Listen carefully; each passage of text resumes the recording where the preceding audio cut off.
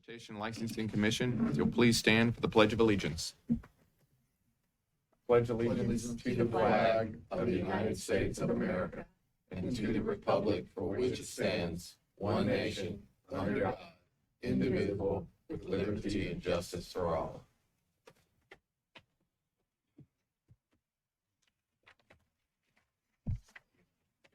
Pursuant to the provisions of Section 2.68.030 of the Metropolitan Code of Laws, notice is hereby given that if you're not satisfied with the decision made by the Metropolitan Transportation Licensing Commission, you may appeal the decision by petitioning for a writ of certiorari with the Davidson County Chancery or Circuit Court. Your appeal must be filed within 60 days of the date of the entry of the Metropolitan Transportation Licensing Commission's decision. We advise that you seek your own independent legal advice to ensure that your appeal is filed in a timely manner and that all procedural requirements have been met.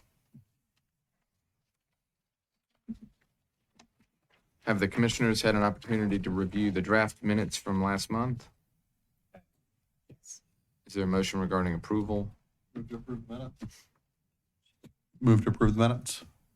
A second. All those in favor? Aye. Motion passes. Next item on our agenda, we have some new TLC enforcement staff. Mr. Fields? We do have some folks that I think you need to meet. One you will be familiar with. If you'll come up. We have 4 enforcement staff members. One has had surgery today. I'll admit to him in a second. But so you get to speak into the record. Please introduce yourselves. My name is Milton Bolin, and I've been around for 17 years. I'm Tamika Smith, and I've been here since Labor Day. Great. My name is Jimmy Russell, and I've been here since July 25th. Great.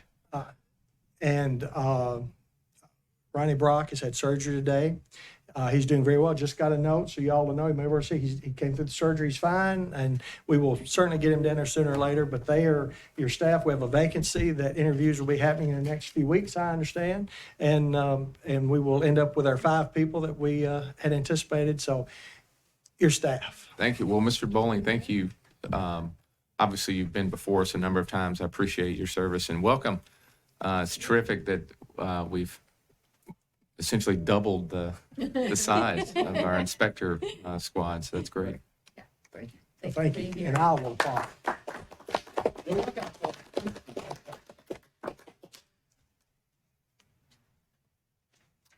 We have a number of items on our consent agenda today. The first is an other passenger vehicle for hire address change request by Black's Ride to 318 Peachtree Street, Unit A, Nashville, 37210.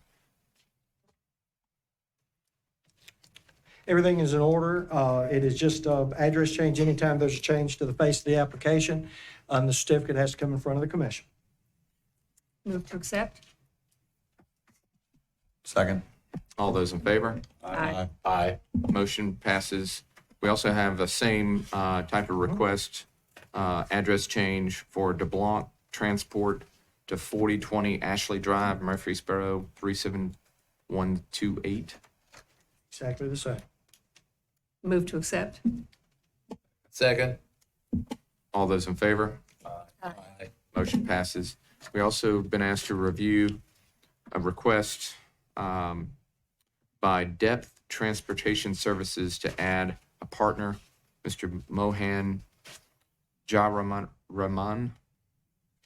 I hope I pronounced that correctly. Again, very similar to the other. Anytime there's a change, this additional partner, it's all in order. Move to accept. Second. All those in favor? Aye. Aye. Motion passes.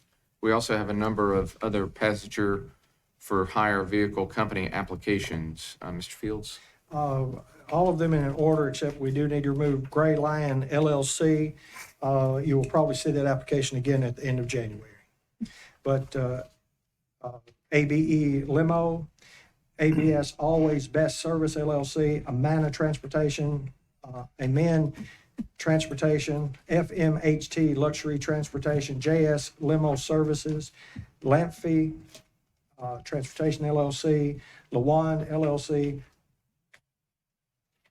Leon Muan LLC, Royal Platinum Enterprises, Star Transportation LLC, Via Limo, UZ Transportation, and West End Livery Service have all applied and their files are in order. Do we need to make the approval by reading each individual, or can we do it as all those mentioned? I think it's clear enough if you do it as all those mentioned. Make a motion to approve all those mentioned, except for Gray Line LLC. Second. All those in favor? What is the discussion relative to Grayland? They They'll come back. removed They'll come their back. They'll go back. application. Yep, yep, yep, yep. Thank you.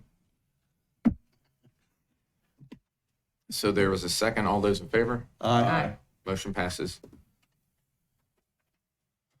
We also have a couple of disciplinary hearings. I understand from Mr. Fields, those have been removed from today's agenda. Yeah, we've spoken with all parties and we have resolved the issues. Next item is under other passenger vehicles for hire. We've been asked to review an application for a new vehicle request for Nashville Bronco Tours. Mr. Fields. Big E's Bronco Tours has requested a waiver for a vehicle. It is a 2002 yellow mini school bus. It has 261,608 miles. It would require a waiver, which is what was requested. There's a section in the code. The bus has been reviewed, and as far as mechanically, it meets that category. However, if you're looking at the vehicle age and limit as established in 6.74230, except for classic, vintage, or unique passenger vehicle for hire, no vehicle to be operated as a passenger vehicle for hire may be more than 15 years old. So for a finding, you would have to determine that this vehicle is classic, vintage, or unique. The applicant is here if you'd like to speak. Is it presently in service? It is not. It would be a new vehicle entering service. Bronco Tours has one, if you'll remember, was a Bronco that was modified with some seats in the rear. The owner here, would you like to speak?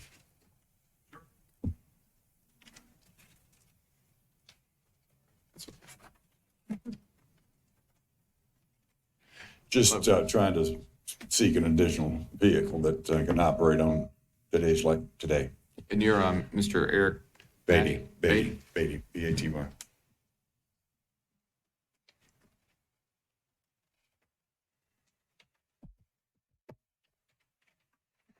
If I could ask, you heard from legal or Mr. Fields that the regulations state that any vehicle over 15 years old must meet certain criteria. Did you understand the criteria it needs to meet? Do you think this vehicle meets that criteria in any way? Absolutely, absolutely. Is it unique, a classic? Well, I mean, what category do you figure it fits in? Well, I mean, my Bronco was a 1975, and it was it's sound mechanically, and it got approved. And this vehicle is certainly perfectly sound, and it's just unique. It's a miniature school bus, the short bus, and I feel strong that it qualifies and should be. I should be allowed to utilize that. It's completely safe. If that's always going to be the first consideration, but I'm hoping to be able to achieve that status. While it is definitely the concern that it is safe, your Bronco, to say the least, is very unique. Absolutely. So it definitely fits that category. But as this, and just speaking for me, not anyone else on the board, just viewing it, there's nothing. It looks like a regular minibus. Correct. So it doesn't, for me, fit the unique category. Even though it's safe, it's over the limit. So without meeting one of those three categories, it would be disqualified under those statutes. Unless someone else. Well, okay. I'm in great need of an additional vehicle to my company, and I don't know what to say as far as I believe it's a unique vehicle. It's a short bus. It's kind of it's part of my spiel when I try to book tours and use the short bus, making a joke about it being a short bus. But I get the joke, yeah. But I think being sound mechanically and safe is of utmost importance, and it certainly meets that. You understand? We do understand that, but it has to fit in that criteria as well, and it looks like it's standard from the factory. That if I found another one, it looked just like that, not like your Bronco that's been converted with seats and rails, and that made that unique. So Well, without it meeting those statutes, for me, all the additional stuff that I've added to it, the TV screen in the front, cameras front and back, lights all the way around, sound system.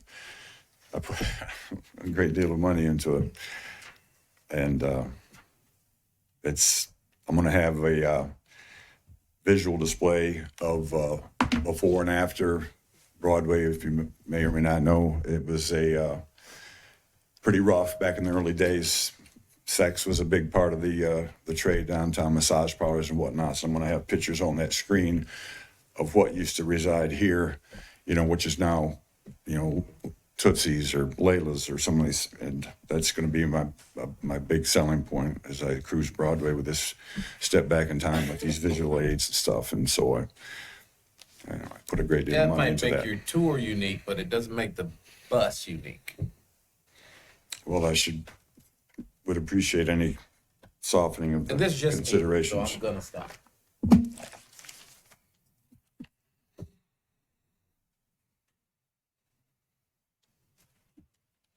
From a licensure standpoint, this is an additional entertainment transportation vehicle. How is it not, because it's a sightseeing tour? It's an other passenger vehicles for hire category because it's smaller. It carries the less than 15 passengers. What is it? How many passengers? Ma'am? What's the capacity? The passenger capacity? 14. 14. So that would be within the other passenger vehicle for hire chapter, which is 674, rather than the entertainment transportation chapter, which is 677. 2, 4, 6, 8, 10, 12, 14, 16. You have more than 14 seatbelts. Yes. No, I have 14 seatbelts. You have benches that seat Two person per. 2 per, but 1, 2, 3, 4, 5, 6, 7, 8 rows is 16 people. You're probably counting my seat in there. Is that your seat? To the right would be my seat.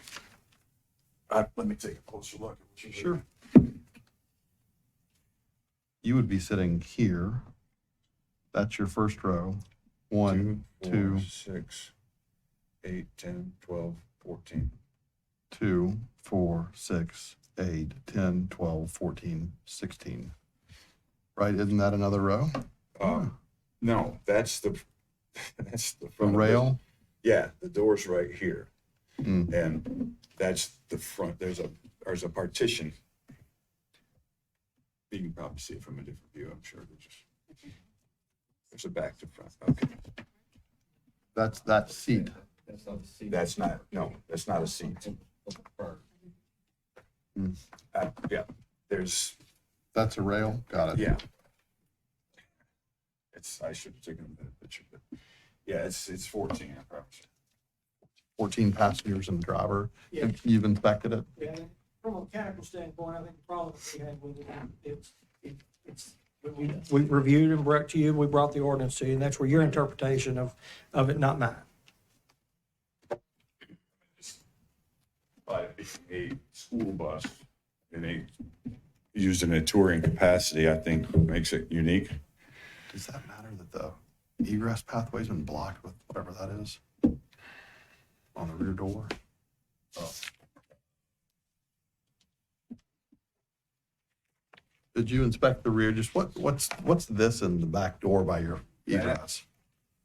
This is, there's electronic components underneath that, and there will be a cooler right there for what ice and water. It's just a platform that's right behind that space where, you know, you put another bench there. but The rear that's- path would have to be open. Right, so that's currently blocking I don't, the rear pathway? my memory of it is, I don't recall that was there when we looked, was it there when we looked at it? Absolutely. Say this, if you. Yeah, I mean, usually you wouldn't have something obstructing the egress pathway. It's not, it's just simply, yeah, can you see it from there? Yeah, you can't see it. It's not obstructing the path. It's,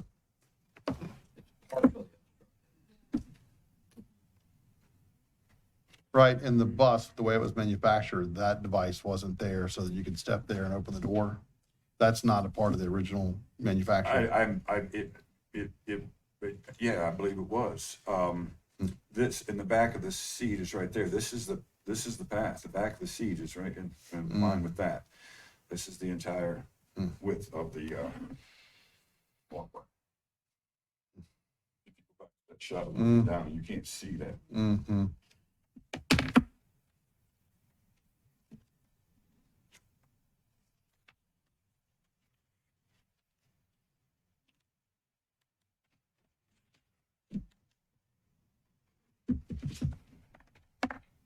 Who certifies this for safety? Inspection by a certified inspector. But And any outside, egress pathways, functionality of the egress, the exit doors, all that stuff. the mechanical inspection should cover that. It's built here. And we've been over it. I mean, from a pretty bus standpoint, I mean, there's nothing wrong with the bus, mechanically or otherwise. It's just, again, this is a commission decision based on those three things, and I can't do it. And it, again, as he will remember, with the Bronco, I told you it was unique. It was different. This one is really, it's a bus. And I mean, I wish I could say something different. It does have other accoutrements that have been added, but that's what it is. The school bus being utilized. But it's different than anything else on there. Mr. Beatty, were you aware of the classification requirements of being over 15 years old, and it had to fall under this unique, vintage, et cetera? There's other vehicles, there's all kinds of people doing all kinds of stuff down there with all different types of vehicles. Certainly felt confident that this would be, being there's a lot of vehicles in operation in all kinds of different manners that are older, that don't meet the 15 years or less age requirement. Felt this was Well, another requirement, it looks like the vehicle has to be already in service as a passenger vehicle for hire at the time of the application. And I'm trying to understand maybe the reason for that requirement is so there isn't just a backdoor way of creating purposely creating a vehicle to get around the requirements that are typically utilized for other passenger vehicle for hire. well, I mean, I also assume that the requirement is in place to serve the fact that the vehicle is sound mechanically and safe, that, just simply by the age of the vehicle, one might assume that it's not sound mechanically safe. And then so I figured something that's still older than 15, but absolutely sound mechanically, that upon inspection and approval, yes, this vehicle is absolutely sound and safe and should be allowed to move forward. You have to have some requirements, some stipulation, but then I feel like there's this gray area where once you've decided that it's mechanically sound and safe, that it should be approved. I don't think our concern, because Mr. Fields inspected the vehicle, the concern now is not that it's safe and sound. Billy's told us it's a pretty short bus. But there's guideline that's in place before you purchase the vehicle, that states that it has to be unique, it has to be a classic. And I don't see the unique or the classic. In your Bronco, I did. But in this one, just me personally, I don't. I don't. It's not a safety issue at this point. Well, okay, I understand that.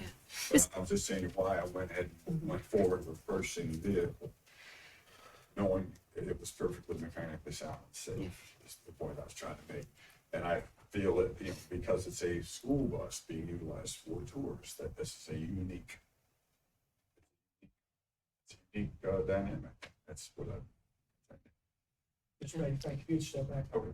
So, Ms. Costones, just for clarification for me, on the waiver request form, there are 4 bullets, as the chairman pointed out, and are those directly from regulation? Yes, the section 674-230 of the Metropolitan Code, which is enacted by council and can only be changed by council, is the language that Mr. Fields read to you and that Mr. Carr was correctly referring to, where it says, except for a classic, vintage, or unique passenger vehicle for hire, no vehicle to be operated as a passenger vehicle for hire shall be more than 15 years old.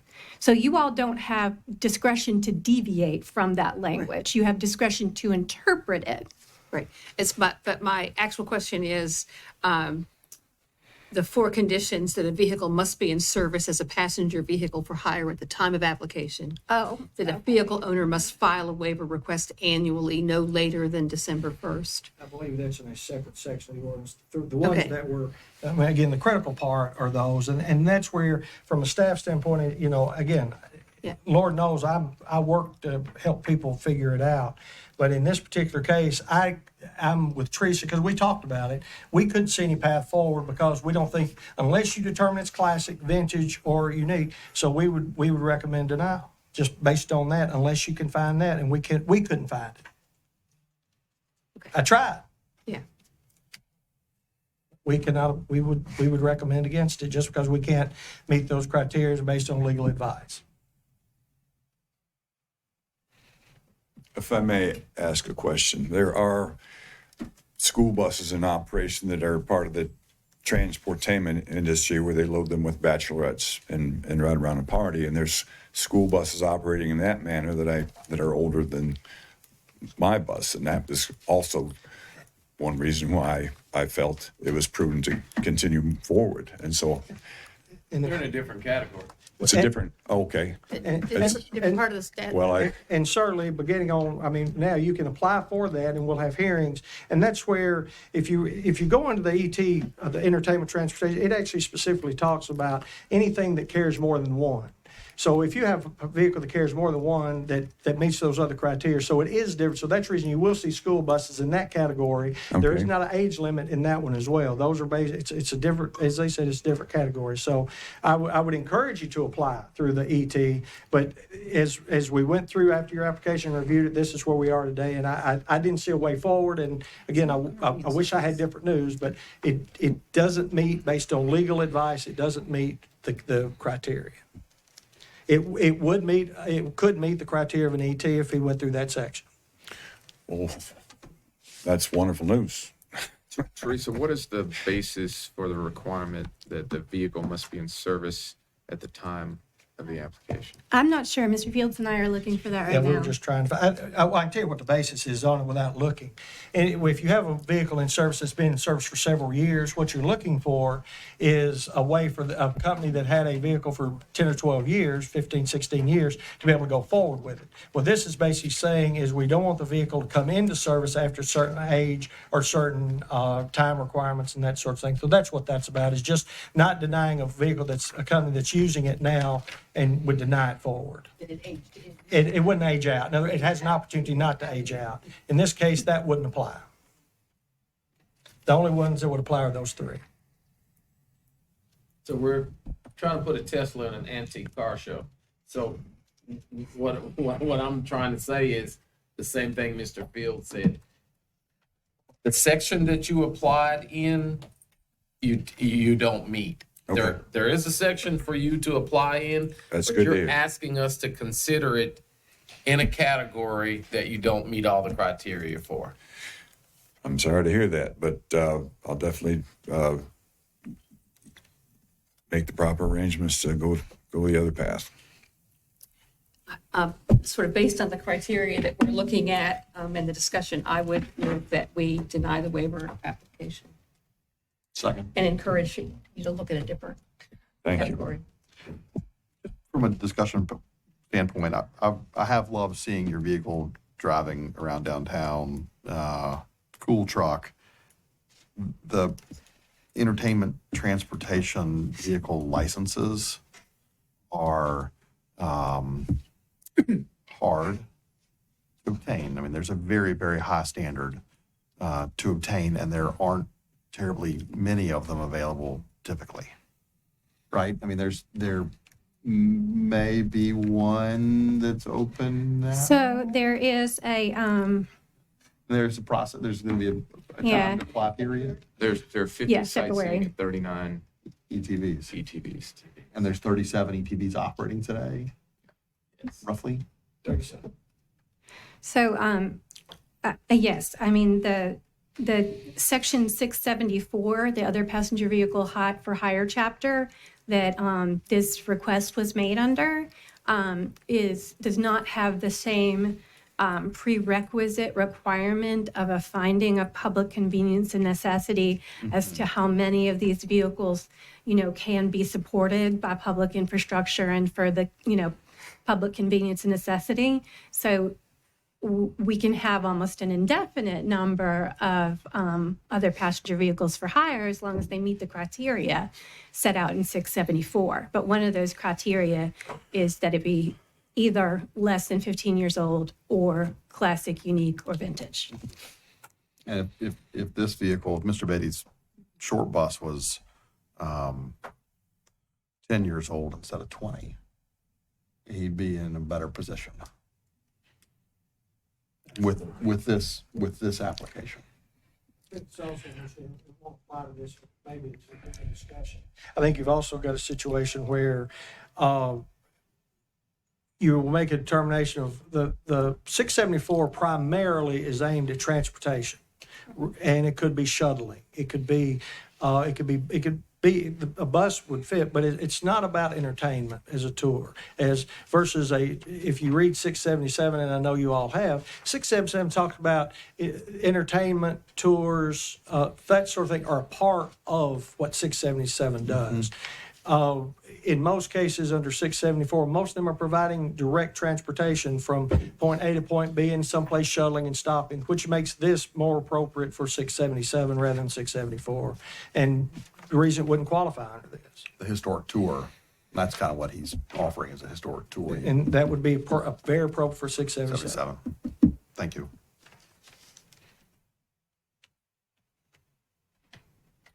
Any further discussion? All right, all those in favor of the motion? Motion passes. So just to be clear, I didn't quite understand when you talked about, I'm going to go to do an ET application, and you talked about the fact that it's difficult to get, there's only a limited number of permits allowed. Is that?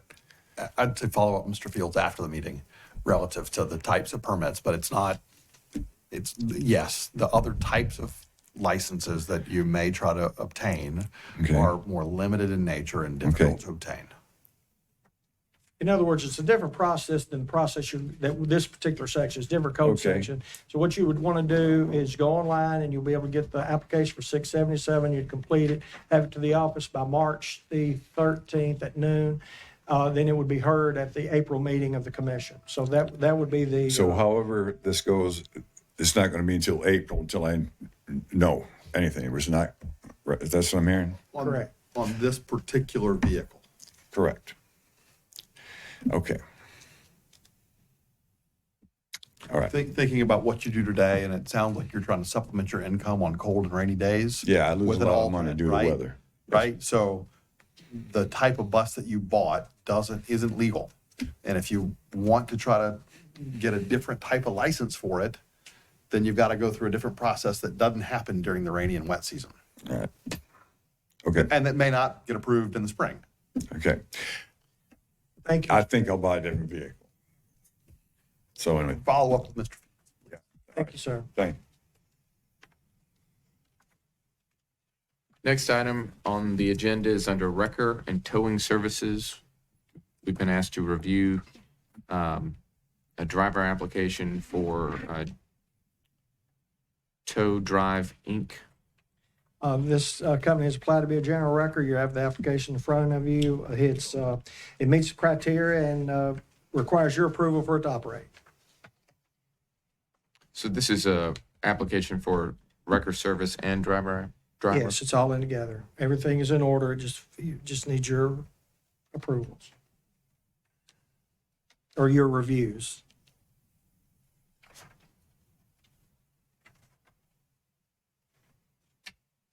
And it's the same also true for the non-consent record towing permit? Non-consent's a little bit different from the standpoint of that one would be able to do, as y'all are familiar with, be able to tow a vehicle without the owner of the vehicle's permission.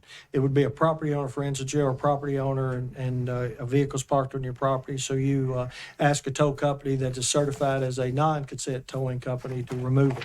It's a little higher standard, a little higher insurance, and they have to be in service for a year. But if you want to go ahead and talk about that as well, R1 Towing has been in service, it meets criteria, and is qualified to be a non-consent tow. Again, both of them are in order. Staff would recommend approval. So, my understanding that the basic requirement is for them to be in business for a year? Be in business for a year without any problems, complaints, issues that have been raised, and we have no issues with R1 Towing.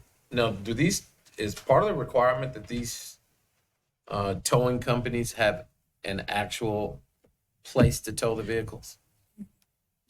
Two different kind of companies. A general company does not have to have an impound lot. A non-consent company has to have an impound lot, which is certified by the Metro Codes Department for property, has to meet the zoning requirements. So yes, if you're non-consent, you have to have a place, because what they're going to do is pick it up and take it, and you have to have a place with a designated area to be able to transact business there. And R1 has that? Yes. They meet the criteria, and we also have ongoing inspections of all of the either non-consent and emergency lots through the years. And Tow Doctor does not have that requirement? Does not, because it's not going to be impounding lots. He is a contractual, you would call him, and you'd have a contractual arrangement with him rather than a non-consent arrangement. Okay. I'll make a motion to approve. Second. All those in favor? Aye. Gotcha.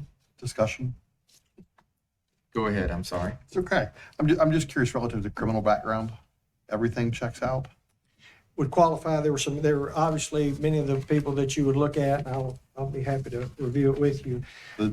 Just the 2016 felony? And this is it would be outside that time period. Is it 7 years is the time period? 5 years. 5 years is the time period. Is that under the non-consent tow? Well,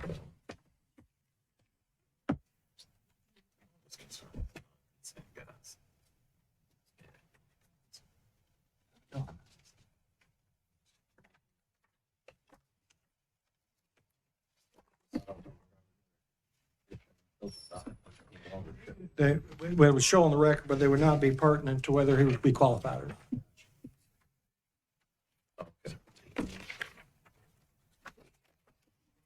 but everything is in order relative to the requirements.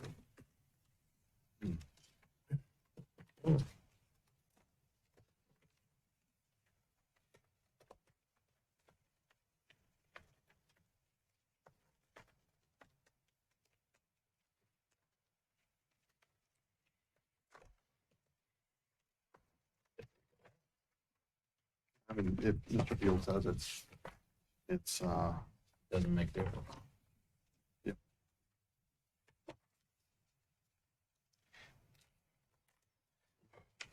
The motion that you took earlier, and I know we moved and you took action. Are we going to have another motion? there was a move for approval.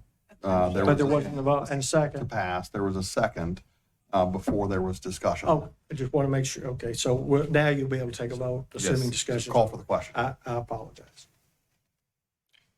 Call for the question. All So, those in favor? aye. of the motion? Aye. Motion passes. That concludes everything on the agenda. Is there any other business? The only issue that I may want to bring to the commission, and I was going to speak with you individually just because I'm trying to poll the commission on the issue of time of the meetings. We've had some challenges at the end of the meeting, so I would, spoken with the chair and a couple of people on the board. We may want to consider moving the meeting to an earlier time, whether it's at 12:30 or 1 o'clock or whatever would fit schedules to make sure that you have plenty of time to transact, because I know there are now some afternoon issues, even today, that it's not going to be affected. But so I plan on giving calls and being able to report back. I mean, if you have feelings, you're certainly to talk about it now, but rather than take it, I'll talk and report back what I find and speak with the commissioners. Are we gonna have that meeting at Bricktops? All in favor? Commissioner Carr, we certainly could. No, I can have one with him. I'd be delighted to move early. We'll have to do it individually. It's going to cost me a lot of money. No, I appreciate it. I definitely will have that issue come up monthly if we go well beyond 3 o'clock. Sure. I'm okay moving it up. All right. Well, And saying, of the folks I've spoken with, it looks like it may make sense to move forward. I think the issue is it 12 o'clock, is it 12:30? Right. And, I mean, for me, I'd be happy to start it at 12. That would give you plenty of time. If it would intrude on your lunch hour, especially for Mr. Carr. But we certainly can make arrangements for Mr. Carr. All right. Is there a motion to adjourn? So moved. All those in favor? Aye. Motion passes.